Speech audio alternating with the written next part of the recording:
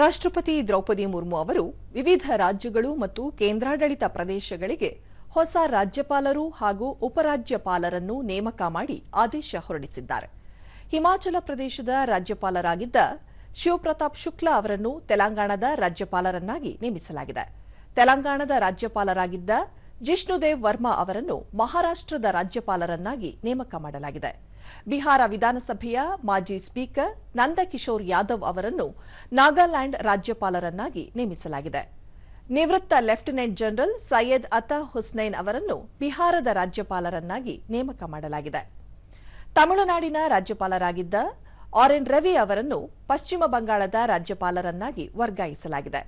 ಪಶ್ಚಿಮ ಬಂಗಾಳದ ರಾಜ್ಯಪಾಲರಾಗಿದ್ದ ಡಾ ಸಿವಿ ಆನಂದ್ ಬೋಸ್ ಅವರ ರಾಜೀನಾಮೆಯನ್ನು ರಾಷ್ಟ್ರಪತಿಯವರು ಅಂಗೀಕರಿಸಿದ್ದಾರೆ. ಕೇರಳದ ರಾಜ್ಯಪಾಲರಾಗಿರುವ ರಾಜೇಂದ್ರ ವಿಶ್ವನಾಥ್ ಅರ್ಲೇಕರ್ ಅವರು ತಮಿಳುನಾಡಿನ ರಾಜ್ಯಪಾಲರ ಜವಾಬ್ದಾರಿಯನ್ನು ಹೆಚ್ಚುವರಿಯಾಗಿ ನಿರ್ವಹಿಸಲಿದ್ದಾರೆ. ಲಡಾಖ್ನ ಉಪರಾಜ್ಯಪಾಲರಾಗಿದ್ದ ಕವಿಂದರ್ ಗುಪ್ತಾ ಅವರನ್ನು ಹಿಮಾಚಲ ಪ್ರದೇಶದ ರಾಜ್ಯಪಾಲರನ್ನಾಗಿ ನೇಮಿಸಲಾಗಿದೆ. ದೆಹಲಿಯ ಉಪರಾಜ್ಯಪಾಲರಾಗಿದ್ದ ವಿನಯ್ ಕುಮಾರ್ ಸಕ್ಸೇನಾ ಅವರನ್ನು ಲಡಾಖ್ನ ಉಪರಾಜ್ಯಪಾಲರನ್ನಾಗಿ ವರ್ಗಾಯಿಸಲಾಗಿದೆ. ಮಾಜಿ ರಾಜತಾಂತ್ರಿಕ ತರಂಜಿತ್ ಸಿಂಗ್ ಸಂಧು ಅವರನ್ನು ದೆಹಲಿಯ ಹೊಸ ಉಪರಾಜ್ಯಪಾಲರನ್ನಾಗಿ ನೇಮಕ ಮಾಡಲಾಗಿದೆ.